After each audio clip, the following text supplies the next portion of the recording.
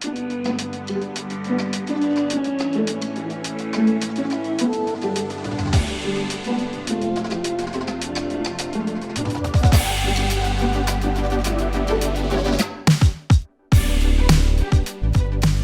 folks, and welcome back here to Run Productions as we continue to bring you coverage of the 2023 Discraft Big Rip Classic presented by Ledgestone.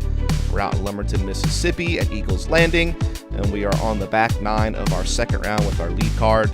Again, I am Dustin Murray bringing you the commentary with Shane Seal, one of our Pro Masters players in the Southeast who got a top 10 finish at 2021 Worlds, and also someone who helped design the course that we're watching today. As again, be sure you're following Ace Run Productions on all the socials. And Shane, what are we looking at here from our leaderboard? Well, we got Matt, who really is trying to separate himself, but we see Benjamin here's just 2 holes ahead, and it's within 2. So Johnny McRae is really shooting a good round here. Chad started a little slow, but he's coming on. So players are really going to have to step it up to match him as we start right here on hole 10, taking a look at it. It's par 3. This hole plays as an island. We have rough off to the right. You can see the stakes kind of defines the island. Now, thing to note here is if you do miss the island, you do go to the drop zone at the top of the hill, which is no give me. So players are really looking at either a backhand hyzer or forehand hyzer, trying to get their disc out of the air as soon as possible and kind of spike in at this basket. It's easier said than done, as we were talking about in the first part of this round, that the wind has picked up for day 2. A good spike there from Chad. Yeah, he was a little low yesterday and found out of bounds. Great shot there to make the correction. Man, Matty-O going with Anvil here, so kind of a overstable 4-speed. Just getting past that line. Oof. Yep, but he's inside circle, and he's got that putter going today. Likely a Toro or a Cayman here from Sylus. That's kind of his 2 overstable, kind of mid or approach type disc, and that'll work. Yep, just at the circle's edge. Kyle could use a bounce back here. It's a little lazy, I think, on the hyzer. Ooh, what? Oh. You can see the tension there, but as it is apparent, he has not made it, so that is that drop zone. Kind of reminds me of the 8-hole drop zone from Maple Hill, just no water behind the basket, and a little longer. Yeah, I was a little afraid of that. It felt like he just didn't have the commitment on that hyzer, and it just a little short. And after some big putts from Sylus Williams in the first round, which you need to go check out if you haven't already, he does leave that one just a little off, but not Matty-O. He'll find the birdie yet again. So he went 6 down through 9 on the first round, if you haven't seen that already. Yeah, he's kind of made that correction from yesterday and really got that putter going. His driver's been good all weekend so far, but now the putter's heating up, so these guys are going to have to step it up if they want to keep pace. That's a fair point. As Chad will put that like a little dangerously high, but it's going to, work out nonetheless. Scorecard don't care. Yeah, you saw him give the basket a little thank you. I think he felt the same way you did there. Another bogey collected there from Kyle Graves. Had a couple of bumps in the road here in the middle of the course. Hopefully he can make those corrections as, again, Matty-O creating some separation here on the lead card. But as you said, Ben Fulford on the course just a couple of holes ahead. Is starting to close in a little bit with Johnny McRae as well as we get into hole 11. Stay on the Levy. Yeah, we have another par 4 here with this elevated tee. Again, kind of what you're seeing, the rough. Dustin, you talk about how well manicured. I really like this hole, and it's really obvious to the players, right, what they're looking at and where the OB is. So you're going to see a lot of our players kind of throw a hyzer into this left side here. Some of our players can try to push up here to get an eagle look, but most of our players will probably divide this hole into about a 300-foot first shot. Make sure they get something kind of match the slope of the green, get the birdie, and get out of here. So it looks like maybe some type of Halo Destroyer or something like that here from Chad Sherbert, again sponsored by Millennium Disc. Little turn at the beginning, but I think he's going to be okay. Yeah, he had a good overstability on that disc to spike back into that hillside in good space. As Matty-O, I believe this is his adder, which is a very overstable 13 speed from his sponsor Westside Disc.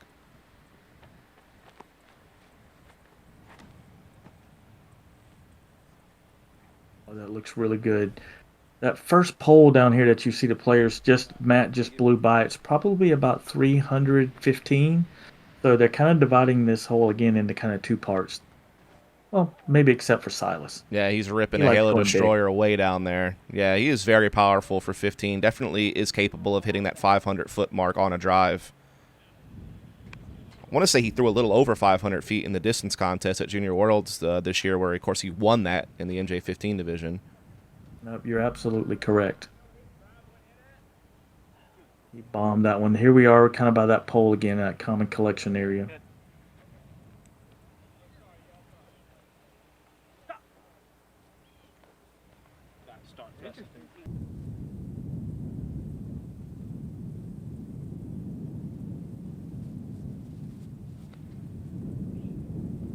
A little pulled there.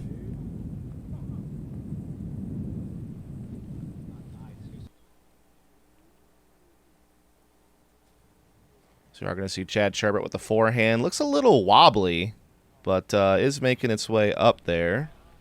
It will settle next to the green. Yeah, he should be able to get his birdie from there. Another forehand here from Sylus. He needs to get up just a little bit. Got some ground play, so he's inside the circle. Matteo, the furthest off the tee, has the shortest approach as a reward, and able to put it there in the circle.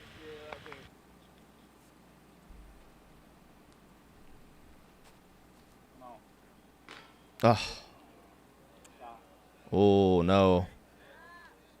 Just needs to sit. It's not looking like it's going to. Oh, man. That is so tough. Yeah, some of these greens, they're kind of strategically placed on these hillsides to give that one last obstacle that the players have to navigate, and this one just got Kyle, unfortunately.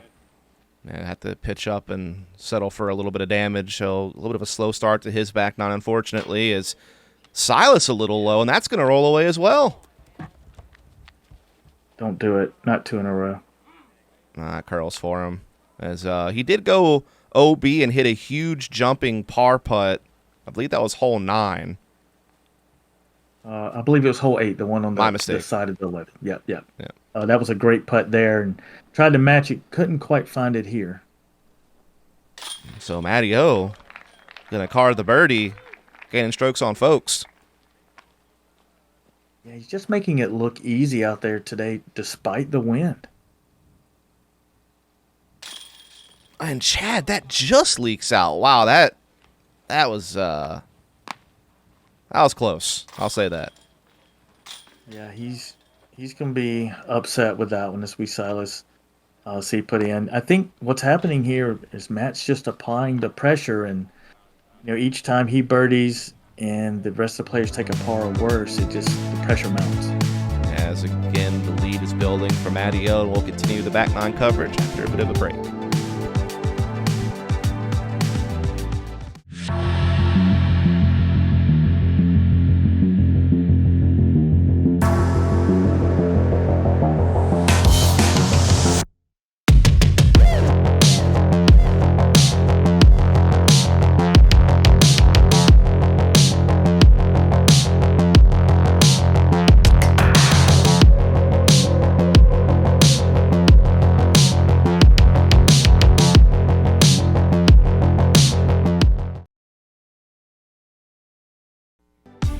Now we pick things up as we transition back to a little bit of woods golf here on hole 12. Yeah, we don't have quite the tightness that we had on the edges of the fairway here, but we do have a few more trees to navigate. This hole plays slightly downhill, 360 feet. Players make it past those first few trees early, then we kind of get pinched in a little bit here. So it's really about speed control, making sure that you don't go too deep, and can we navigate those first groups of trees. Matteo going to that pine, just a slightly overstable mid-range. Not quite getting the flex on it that he wanted. Oh, just a little under commitment maybe, but get some decent ground play. And he's got a little bit of breathing room to work with on holes like this. They just got to miss this. Oh, that's the one it needed to miss. And it rolls. Oh, don't do it. And it rolls. Don't do it. And it does do it, though. Unfortunately, the disc was not listening to you from the past. That would be quite the power you would have if you could manipulate this in the fast. As that gets away from Sylus as well. Oh, man. Again, I think the pressure, Matt going first there, getting all the way down, and these guys really are trying to keep up. So a little bit of pressure on these drives. This one looks pretty good here, though, from Kyle. Oh, absolutely. Gets up there near the sewer cat. That circle's edge for birdie, and that's something he desperately needs after carding a bogey and a double to kick off this back nine. Because I think it's also just a tempo shift, right? Like you just played a bunch of open holes. Now you have to come back to a tighter fairway, and it's just maybe that adjustment can sometimes catch people off guard. Yeah, you mentioned it earlier, course design, making you change up the speed of your disc, the speed of your, how fast your arm's getting around, maybe the slot that you're putting in your arm. Right. I think it's a great hybrid course. It's one of my favorite styles of golf to have on a course is where you get a little bit of everything.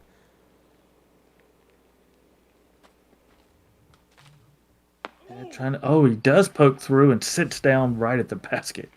Oh, you got to crack a small smile at that one if you're Chad. I mean, that was pretty well done, just finding a miracle hole to get through and making it happen. Yeah, as you can see, Matt just lays up there, right? If folks are going to go ahead and give you strokes with a par, he'll take it. Yeah, as Kyle had a chance at birdie there, but unfortunately just didn't quite have the putt high enough. Sylus going to card the bogey after that really just tough drive.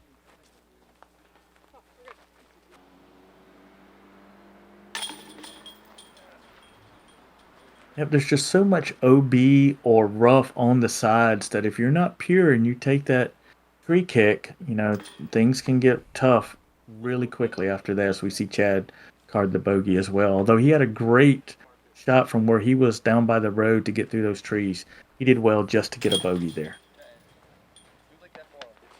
Yep, so no birdies carded by our lead card here on this hole, but a couple of pars will do just fine as Matteo again still got some strokes on folks here on the lead card. Chad the closest within 7. Again, there's a couple of players out there up ahead that are closing the gap a touch as we get to hole 13. Yep, beautiful par 4 here, 566 feet. Players again trying to dissect this hole into 2 parts. If I can throw something around 280, I could get to throw 280 again, and I'm right there for the birdie. So players who really want to test an eagle shot can really push down here. We saw some of the big arms yesterday off camera tried this, but really it's tough because you have to navigate this creek and then onto an island. So I think we'll see most of our players play like they did yesterday for the birdie. Something around 280, get your birdie, and just move on. Yeah, Matt throwing that Orbitati again, overstable 9-speed, just spiking it, kind of doing the strategy that you're talking about. It's also his Tour Series disc, so I'll shout that out for him. Now we get to see a forehand. I don't think we saw one of these yesterday, so kind of hanging it out over the road here. That's the risk of it. Needs it to skip. Oh, come on. Yes, he's perfect position. So, yeah, that forehand, you can play a little bit more with the road and bring it back. And again, Kyle being an open bag player, I believe that was one of his Firebirds. Again, Chad, Millennium player, throwing something overstable there. A little more height here from Sylus, but spiking in should be in a good position. But yeah, all of our players here really did kind of break this hole. So it's really going to come down to who can execute this next shot right here. Yeah, Matteo going putter here. This is Warden, so looking for something for a soft landing. Okay, that'll work. I think he'll be happy with that. In the mulch, that's acceptable. That's better than bullseye. Not sure what you'd call that. That's don't hit your head. Yeah, that's the only thing you're got to be concerned with is your own safety on that one. A little bit of hyzer here from Chad's going to leak him out a little bit, but he's still inside the circle. Forehand shot here from Kyle. Probably another one of those Firebirds. Oh, it looks a little hyzered. Got to get up. No, it doesn't. Lands in the creek, so it is going to be OB. Tough break there for Kyle. And again, this is Just need a probably little bit more commitment. Cayman or Toro again from Sylus, overstable approach, and that lands well. Yep, well done. And Kyle has just been kind of hitting the struggle bus here on the back nine. Needs to get off of it at the next stop right away. Yeah, unfortunately, his score has been going in the wrong direction. Nice birdie there from Chad. Absolutely. Makes up for that bogey. He's done well to bounce back from bogeys throughout really this tournament. I've always seen him birdie kind of the next hole. Another birdie there for Sylus Williams as he had back-to-back bogeys going into this one, so that'll stop the bleeding. I don't know if that's settled completely, Matt. I don't know, man. Yeah, great. He's like, could I get any closer? I think he may have been looking for that CTP flag from yesterday. Oh, could be, yeah. Very well. That's a couple holes ahead. He's just continuing to pour it on. As we get to hole 14, again, we talked a little bit yesterday about the redesign. Kind of a straight shot here. There is some OB left in the road, and we have some stakes that come up as we get closer to the basket here to kind of keep the players from spraying without penalty. So most of our players here at 346 feet, maybe a mid or fairway driver, just trying to clear this little bit of casual water here inside the circle. But you do see another basket perched on top of a fast green, which can lead to a little bit of trouble if players aren't careful. Matteo going to that mid-range you were talking about, that pine yet again. Good line on this if it can fade out. Yeah, he'll be happy with that. Chad here. Hanging out a little to the right, hoping for this disc to get a little bit more stable at the end, and it does. Also in a really good position. Yeah, really nicely done there by Chad. This has danger written on it. It flattens up. It just needs to sit down. Oh, you called it. Yeah. Yeah, your instincts were right there. You could tell it's just a little early out the hand and maybe a little nose up. That's one way to attack this hole. A little hoverboard forehand action. Oh, yeah. Skips across the creek, so he'll have a shot there for the birdie. Yeah, worth knowing that creek does play as casual. Just the OB road left and the stakes. That's a great birdie. Go. Yeah. Maybe they help Kyle get a little confidence coming into the last stretch of holes here. Yeah, certainly not an easy putt. Definitely had some length to it. He was able to capitalize. So, like you said, hopefully that puts a little bit of confidence on him. As this is a par save putt from Sylus. There you go. Done it twice now where he's been able to save par from OB. Yeah,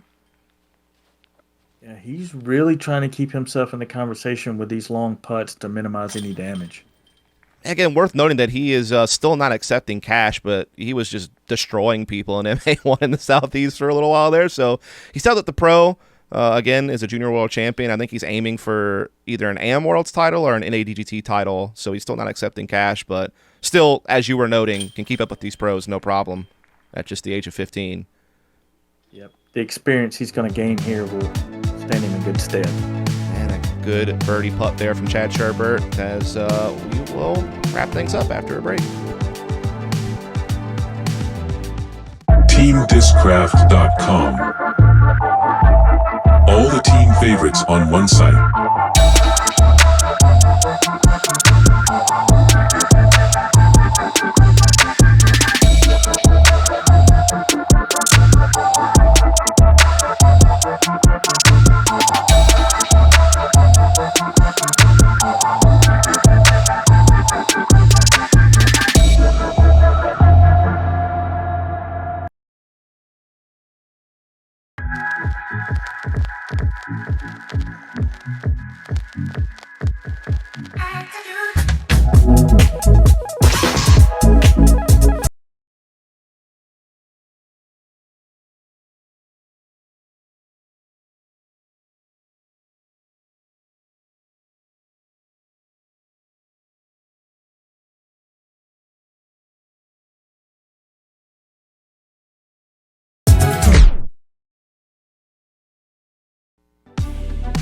Pick things back up here on hole 15. As simple as it may seem. Yeah, 13th easiest hole here, par 3, but it's 371 feet uphill, so our players are going to have to really get a little more power behind the shot, but there is OB even behind the basket that kind of limits, you can't just throw it as hard as you can. You really got to work on that speed control. A couple of trees here on the green that might make it a little bit tough, but as long as you can stay out of the OB, you should have a putt for birdie here. But again, can't go too long on this hole. Yeah, it's probably just going to be Spike Heiser with distance driver or fairway driver. I believe that's Matteo throwing a Rive or something, looks like. Yep, needs to get down.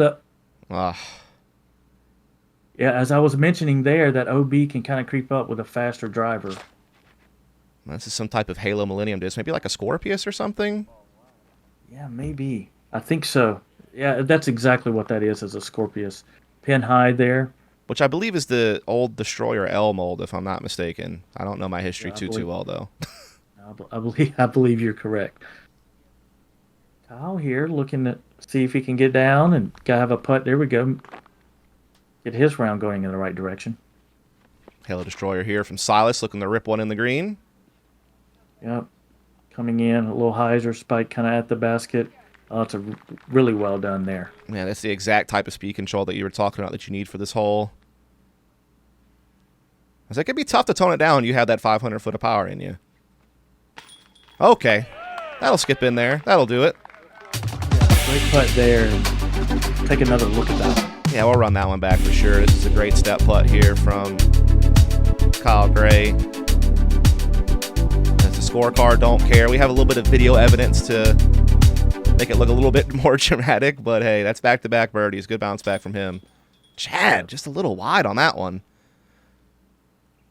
Dustin, one thing I've never said is I need to tone back my 500 foot plus distance here. So, we see Matt make nope, not going to take any bogeys today, he says. We'll make that par putt, but mine is more of, can I get it that 325 feet? The answer is usually no. It's usually no, I can't. Oh, noodle arm life for us. That's why I commentate the game instead.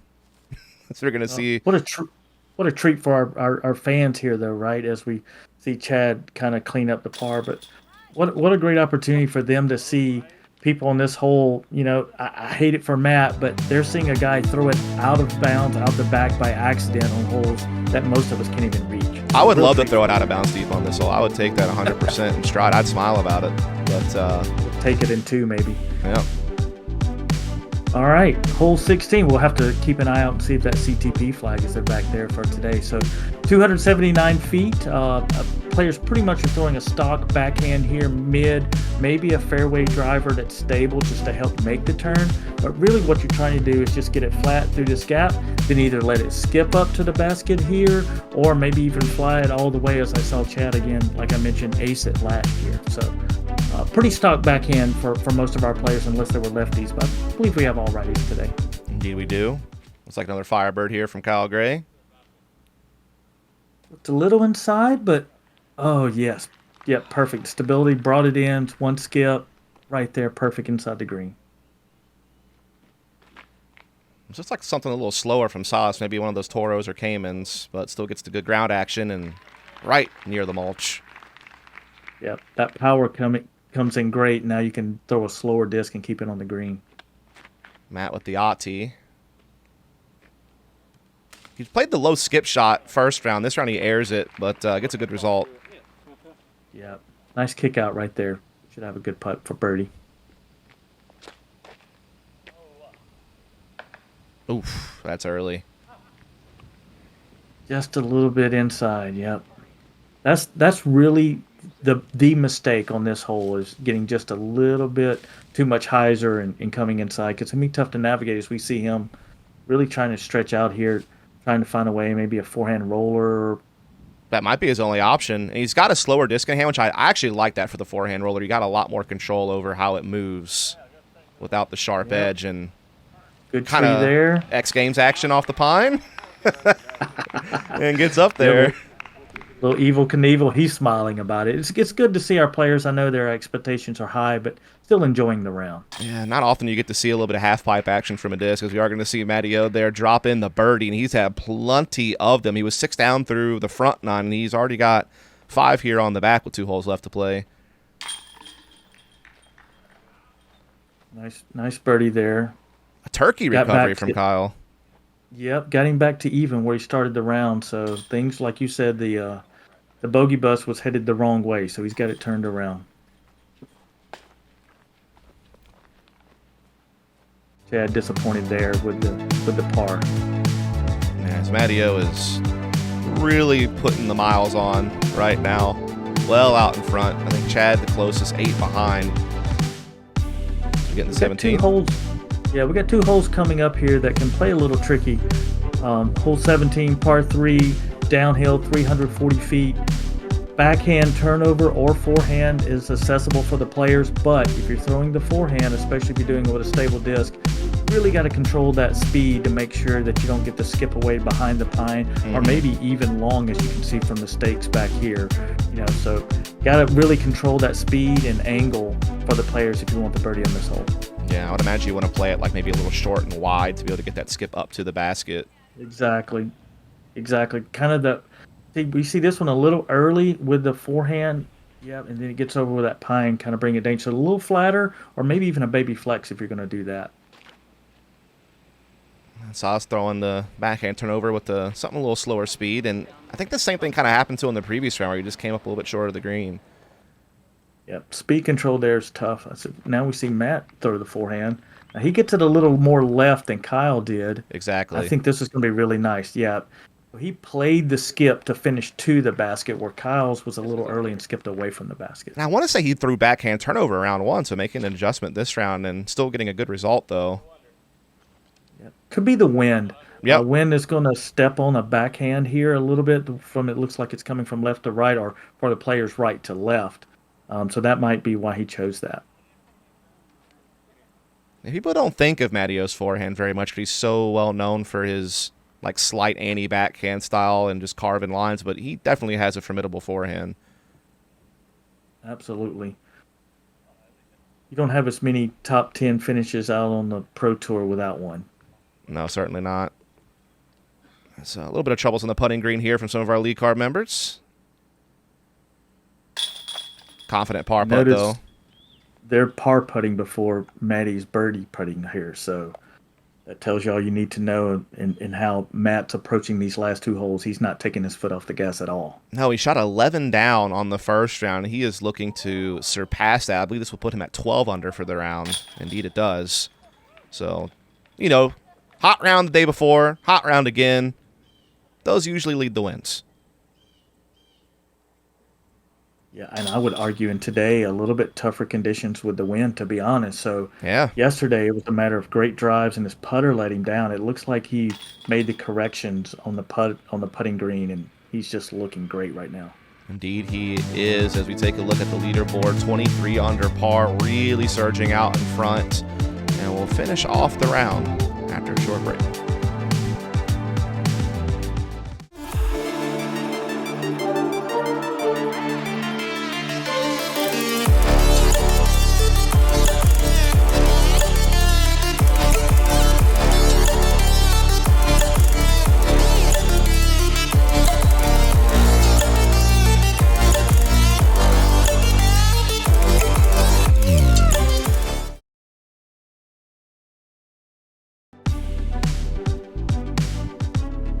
Here we are on 18, one of the signature par 4s here.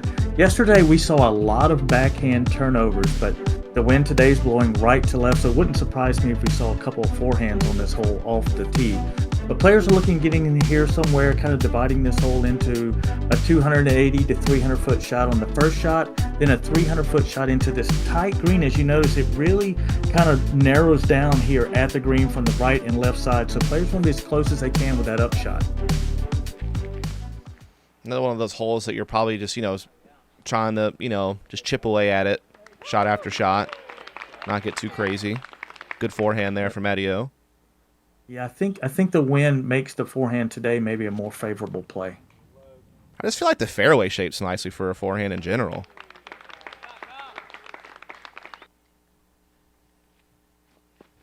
Here we're going to see the backhand turnover. I think this is what Sylus threw yesterday as well. Yeah, I think that is a Dark Rebel, so kind of the old FD mold from Discmania, so like a straight to slightly understable 7-speed. Mid here, I believe, from Chad. He needs to get down a little bit. It's a little straighter than he would like, probably, but... Ooh! Oh, no. Oh. I was a little nervous about that. As straight as it came out of his hand, spotted right there to help give a good mark. Shout out to all the volunteers who helped throughout the course of this tournament. Really strong community out there at Lumberton when these tournaments pop up. Big Rip's always been a favorite tournament that I hear from my folks out in Mobile all the time. Yep. Kyle happy there. Should have a putt for his birdie. Chad trying to recover here, get as close as he can to minimize the damage. Does so nicely. That's on the mulch. Well done.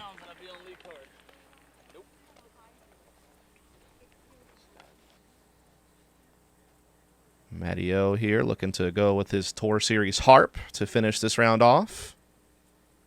He needs to get a little bit more there. He's just short. I believe the that's same what happened thing to him yesterday. Yeah. You're spot on. I remember the exact same thing happening there.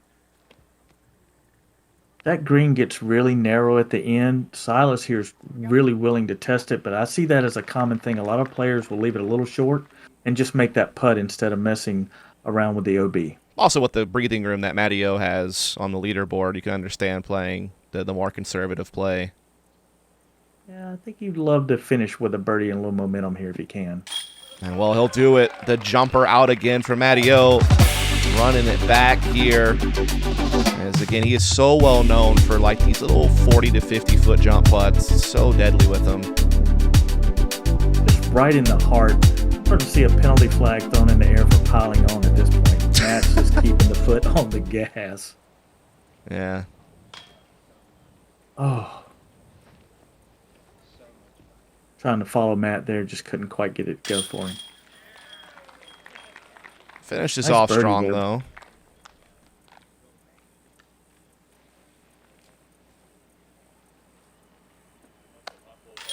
Good experience for Kyle. Yeah.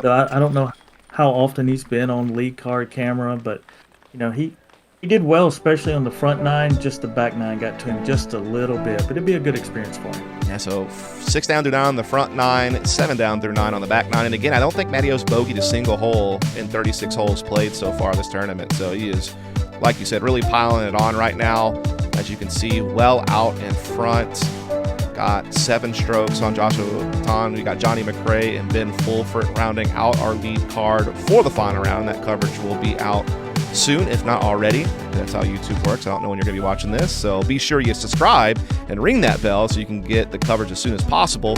Also, be sure to follow Ace Run Pro out on Instagram and Twitter, as they're doing a lot of coverage for the Pro Tour and other events all across the land. And again, I'm Dustin Murray. You can follow me at Follow Dustin Instagram and Twitter, and Dustin Disc Golf on YouTube. And what about yourself, Shane? Where can they find you? Yeah, you can find me as Discraft Pro over on YouTube for disc golf, fishing, and other random frisbee nonsense. There you go. So big shout out to all the supporters here who helped make the coverage possible, and we will see you on the final round coming up soon.